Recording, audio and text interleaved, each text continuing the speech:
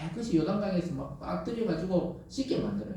원래 이 유대인들의 그 속죄라는 것은 아까처럼 왜 양을 잡아서 막 하나님께 태워드리고 이래야 되는데 세례요한이 갑자기 나타나서는 막 번제드리고 이런 것도 필요 없고 사람들 물에 막 빠뜨려가지고 세례요한이 요단강에 물에 빠뜨렸다가 건지고 막 이러면서 너가 들어갈 때 너는 과거는 죽었고 나올 때 너는 이제 새로운 사람이다 이런 의미로 막 빠뜨렸다가 들었다가 막 이러고 있는 겁니다. 그래서 사람들이 그래 내 과거에 죄가 있었지 하나님과 멀어졌었지 이거는 깨닫게 되는데 다시 어떻게 살아야 되고 죄를 안 짓는지는 모르는 거예요. 왜냐하면 완전히 새로 바뀌어야 되는데. 그렇지만 세례 요한의 이 물세례는 예수님의 앞길을 준비하고 백성의 마음을 하나님께 돌리는 효과가 있었던 것입니다. 31절에서 이렇게 말씀해요. 나도 그를 알지 못하였으나 내가 와서 물로 세례를 베푸는 것은 그를 이스라엘에 나타내려 함이라.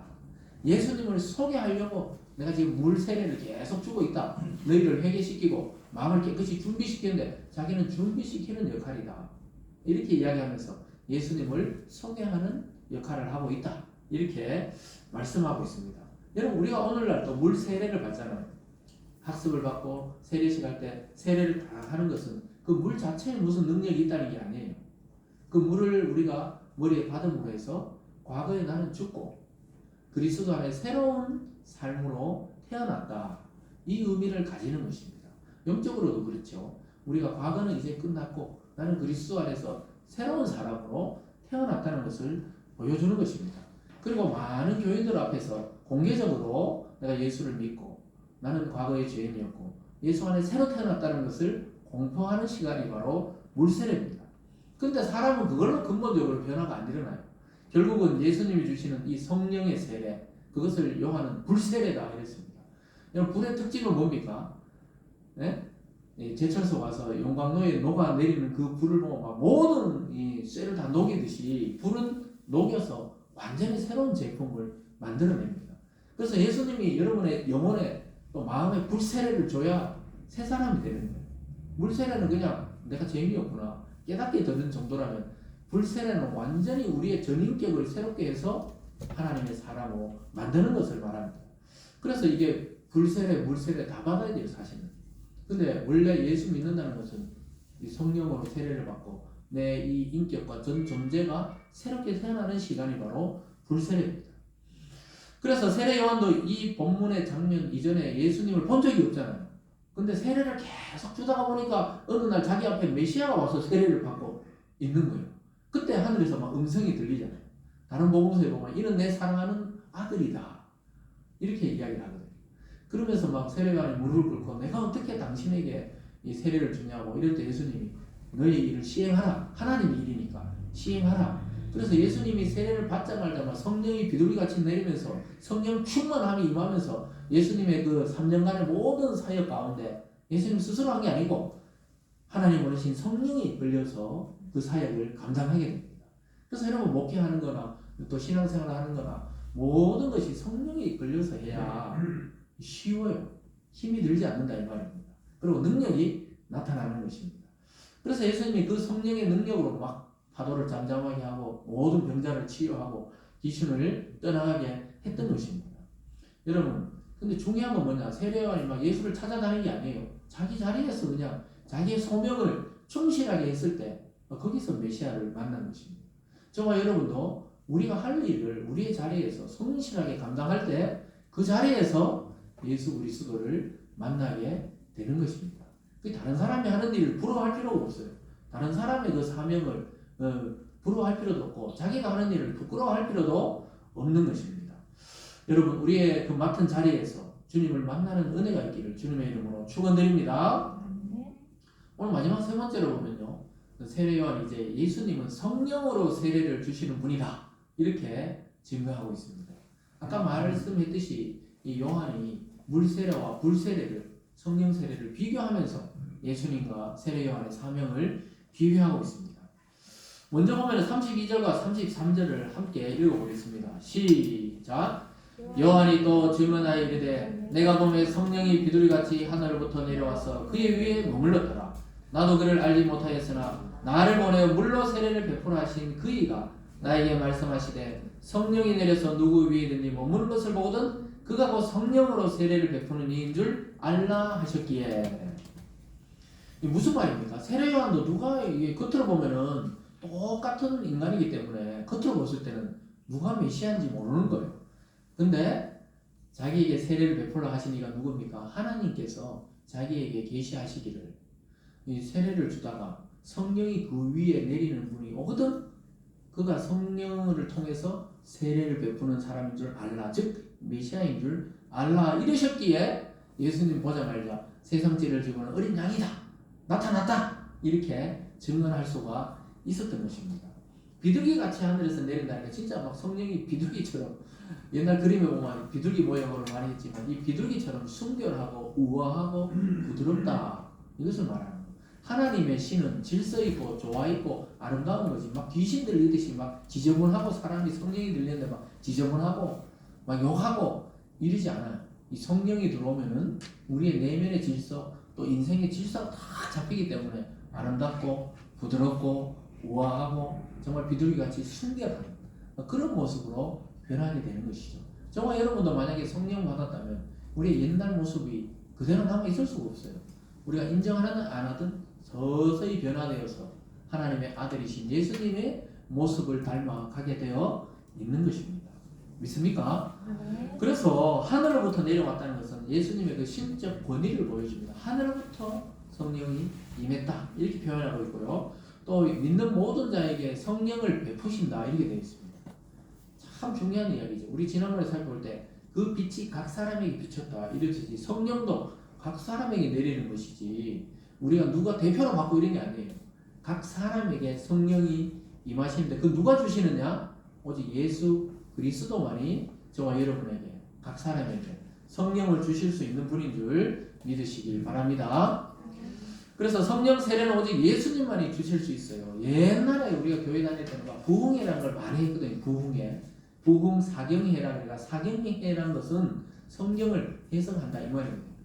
그럴 때 막 부흥사 목사님들이 막 성령을 받아라, 성령을 받아라 이런 이야기 많이 하셨는데 그 심정은 이해가지만 성령을 받아라 할 수 있는 분은 예수밖에 없는 것입니다. 성령을 받으십시오 이렇게 강구할 수는 있어도 성령을 우리에게 주시는 분은 예수 그리스도입니다. 그래서 성령이 우리 속에 오면 어떻게 되냐? 뜨거워져요. 아까 이 세례 요한은 물 세례라고 그러고 성령 세례는 불이라고 그러죠. 불은 뜨거워집니다. 그 뜨거워진다면 막 미친 듯이 뛰어다니는 그런 것도 있지만 실제로는 마음이 따뜻해진다거나 기분이 평안해진다거나 말씀을 들을 때 뭔가 이 문제에 대한 지혜가 생긴다거나 이게 성령이 오셨다는 증거입니다. 그래서 오직 예수님만 왜 이렇게 구원해 줄 수 있냐? 죄가 없는 인간이시기 때문에 아주 놀랍게도 인간으로 태어나셨지만 죄가 없으신 분이기 때문에 우리를 구원해 줄 수가 있는 거예요. 예를 들어서 물에 빠져서 막 허우적대는데 옆에 있어 물에 빠진 사람을 허우적대는데 같이 구해줄 수 있습니까? 보통 같이 빠져 죽는 것이죠. 물에서 빠져나온 사람이 물에 있는 사람을 건져낼 수가 있는 것이죠. 그래서 예수님은 우리를 구원할 뿐만 아니라 우리에게 성령을 주셔서 능력 있게 이 세상을 살아갈 수 있게 하시는 것입니다. 그래서 순결한 예수 그리스도만이 우리에게 성령을 줄 수 있습니다. 여러분 어린 양을 믿는다는 건 굉장히 약해 보이잖아요. 어린 양이. 근데 그분이 부활 성천하셔서 우리에게 성령을 주셨을 때는 어마어마한 능력의 그런 불을 우리에게 던져주신 겁니다. 그래서 우리가 옛날하고 다른 삶을 살고 싶은 욕구가 생겨요. 옛날에 그냥 예수님 모를 때 막 살던 거와 다르게 예수 믿는 자처럼 살고 싶은 이 욕망이 생기는 거예요. 거룩한 열정이 생기고 막 뜨거워지는 거예요. 그래서 막 기도하면 병이 낫고 귀신이 떠나고 또 새로운 길이 열리고 이런 게 왜 그러냐면 성령이 우리 속에 와서 우리를 새롭게 하셨기 때문입니다.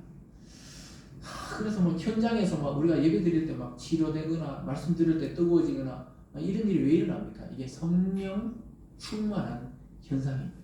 그래서 예전에 개혁자들은 두 개로 분류했어요. 성령 세례와 성령 충만을 구분했는데 실제 보면은 이게 거의 같이 나타납니다. 성령 세례는 우리가 예수를 처음 믿을 때 막 물같이 쏟아지는 그 막 감격하고 콧물 눈물 다 흘릴 때가 있죠. 이 신앙생활 하다 어느 시점에 그런 날이 있어요. 그때 막 성령 세례가 막 부어진 것이죠. 그렇지만 성령 충만은 뭐냐? 이미 우리 속에 와 있는 이 성령이 말씀을 들을 때만 충만하게 역사할 때 성령 충만이 일어나는데 이걸 많이 구분했었는데 이 현대 신학에서는 성령 세례와 성령 충만을 같이 사용하는 그런 경우가 많이 있습니다.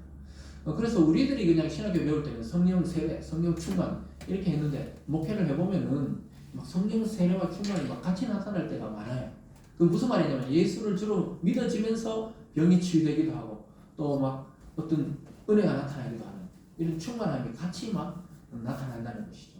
그래서 뭐 굳이 막 우리나라 말로 다 구분했을 필요는 없겠다 이런 생각을 해보게 됩니다. 그래서 막 성령 세례라 하면 폭포처럼 부어지는 그 은혜.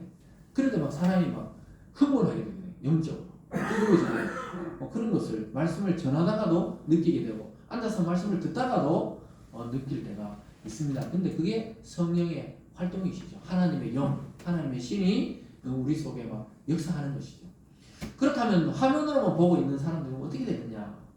아주 놀랍게도 저도 영상을 통해 어떤 목사님들의 설교를 들어봤는데 이 영상을 통해 말씀을 들어도 그 효과가 나타나더라는 거예요.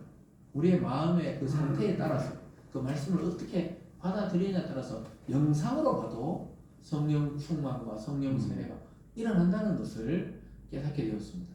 그래서 오늘 영상으로 혹시 말씀을 보면서 나는 막 영상으로 보니까 이런 실망을 하지 마시고 우리 마음의 준비를 딱 하고 말씀을 받을 때 이 쏟아 부어지는 하나님의 성령 세례를 받게 됩니다. 그 특징이 뭐냐? 마음의 미움이 없어지고 마음이 따뜻해지는 게 제일 먼저 나타나는 현상이에요. 상대가 이해가 돼요. 그렇게 믿던 놈이 그래, 그럴 수도 있겠지. 이런 마음으로 변화되는 것이 성령이 우리 속에 온 증거입니다. 성령이 없으면 어떻게 됩니까? 미움이 계속 쌓여서 나중에 폭발을 해서 결국 상대를 상처를 가하거나 막 죽이게 되거나 이런 일이 있는 거예요. 성령이 없이 고갈되면 인간이 그렇게 박해지는 것이죠. 그래서 여러분 오늘 이 예수님이 어린 양이 우리 죄를 지고 갈 뿐더러 오늘 세례 요한의 말처럼 성령을 우리에게 쏟아 부어준다. 그래서 막 성령의 능력으로 우리 막 기도하고 예배드리고 말씀 듣고 또 직장생활하고 가정을 이끌어가고 목회를 하고 이런 것입니다. 그냥 이성적인 논리로 뭘 하는 게 아니에요. 하나님 일을 하실 때는 성령의 능력과 성령의 인도를 따라 하는 지혜가 있기를 주님의 이름으로 축복합니다. 그래서 어찌든지 막 성령을 받아야 돼요. 성령을 받아야 돼요. 왜냐하면 예수님은 이제 육체로 이 땅에 보이시질 않잖아요. 볼 수가 없잖아요. 오직 말씀밖에 없으니까 성령의 인도를 받아야 이 말씀이 들어도 이해가 되고 또 그것이 자기 양식이 되고 자기의 능력이 되어서 이 파워가 됩니다. 파워. 성령은 또 파워로 나타나거든요. 병이 나아버려야 되지 나을지 말지 이렇게 하면 안 돼요. 나아버려야 되는 거예요. 문제가 해결될까 말까 이런 게 아니에요. 성령이 오시면 해결이 됩니다. 믿습니까? 그래서 성령의 능력으로 저와 여러분의 영적인 힘을 다시 회복해야 하는 것입니다. 사랑하는 성도 여러분, 지금 우리에게 필요한 것은 그냥 작은 생각의 변화, 작은 물질의 축복 이런 게 아니에요.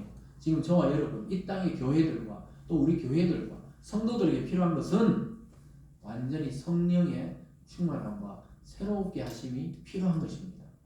이 코로나가 언제 끝날지 모르잖아요. 이것도 성령이 싹 태워버려야 되지. 의학적으로 분석은 하지만 이거 어떻게 없애야 될지는 모르잖아요. 근데 우리가 출애굽기 통해서 10가지 재앙을 이미 살펴봤잖아요. 이미 그 바이러스, 또 재앙, 개구리, 피 이거 다 살펴봤잖아요. 이 뭡니까? 현대 시대의 이 재앙이죠. 이것도 어떻게 물러간다고요? 성령이 역사하셔서 성령이 물로 태워버려야 돼요. 과학자들은 말도 안 되는 소리 하지 말라 이러겠지만 우리가 신앙적으로는 성령의 역사, 하나님이 물러가게 하시면 물러가게 되는 줄 믿습니다. 그래야 되는 겁니다. 그래서 어린 양이신 예수님이 이 모든 걸 다 지고 가고 우리는 성령 충만하도록 우리는 간구해야 돼요. 참 미안한 이야기 같지만 예수님이 그 일을 위해 오셨으니까 예수님이 모든 죄, 모든 질병, 모든 바이러스 지고 가시고 우리에게는 부활하신 그 능력으로 성령이 충만하게 임하기를 간구해야 됩니다. 지금 시대는 사느냐 죽느냐라니까요. 사느냐 아니면 죽느냐예요. 백신 맞아서도 죽기도 하고 코로나 걸려서도 죽기도 하고 어떤 분은 격리 해제됐는데 이틀 만에 갑자기 죽어버렸어요. 알고 보니까 격리가 해제되고 돌아다니는데 폐가 상한 걸 모르고 갑자기 급성 그 폐질환으로 돌아가셨다는 거예요. 얼마나 이게 허무합니까? 그런 경우들이 있어요. 종종 그런 경우가 있어요. 우리가 지금 이 오미크론이 약하다 그래도 어떤 사람에게는 또 치명적인 이 죽음을 유발하더라고요. 그래서 우리가 하나님이 이 재앙의 시대를 맞이했을 때 너무 교만하지도 말고 항상 너무 주눅 들지도 말고 항상 이렇게 말씀을 통해 지혜롭게 행동해야 되고, 좀 몸이 좀 이게 알았던 분들 중에 기침이 계속 나고 이렇다, 반드시 엑스레이를 찍어 볼 필요가 있겠더라고요. 의사들이 권하더라고요. 엑스레이를 찍어서, 간단하다 요즘 뭐 동네 병원 가도 찍어주잖아요. 찍어보면 이 폐 상태를 알 수 있답니다. 그래서 이게 뭔가 후유증이 있고 이런 분들은 반드시, 우리 영상 보는 분들 새가족 중에도 확진되셨던 분들이 있는데 혹시 계속 뭐 기침 나거나 이러면은 찍어보세요. 하나님 다 치료해 주시지, 이런 믿음도 좋지만 일반 은총도 하나님 주신 은총이니까 혹시 그런 게 있으면 한번 찍어보면 안심스럽잖아요. 그러니까 그 모르고 그냥 다니다가 갑자기 쓰러져가 돌아가셨다는 거예요. 야, 참 이게 허무하더라고요. 이게. 미리 막 아프다가 막 이렇게 하면 뭐 준비를 하지만 멀쩡해가 이제 해제됐다고 돌아다닌다 그래 갑자기. 그런 경우가 종종 지금 발생하고 있습니다. 그렇기 때문에 우리는 지혜가 있어야 되는데, 이것도 하나님이 지혜를 주시고 또 성령으로 우리를 인도하셔야 이런 지혜도 생깁니다. 사랑하는 여러분, 다른 누구의 죄도 아니고 저와 여러분의 죄를 예수님이 지고 가시고 우리에게는 성령을 쏟아부어 주셨다는 사실을 반드시 믿어야 합니다. 그래서 이 시대에는 물로 안 돼요. 물로 지금 한번 씻고 또 다시 더러워지고 이래서 안 됩니다. 불로 그냥 저와 여러분의 그 인격을 태우고 죄를 태우고 새롭게 하는 그 새 창조의 역사가 오늘 이 시간 나타나기를 바랍니다. 그래서 여러분, 오늘 돌아가시면서 그냥 죄의 짐은 다 예수님께 지금 맡기세요. 돌아가시면서 가볍게 돌아가세요.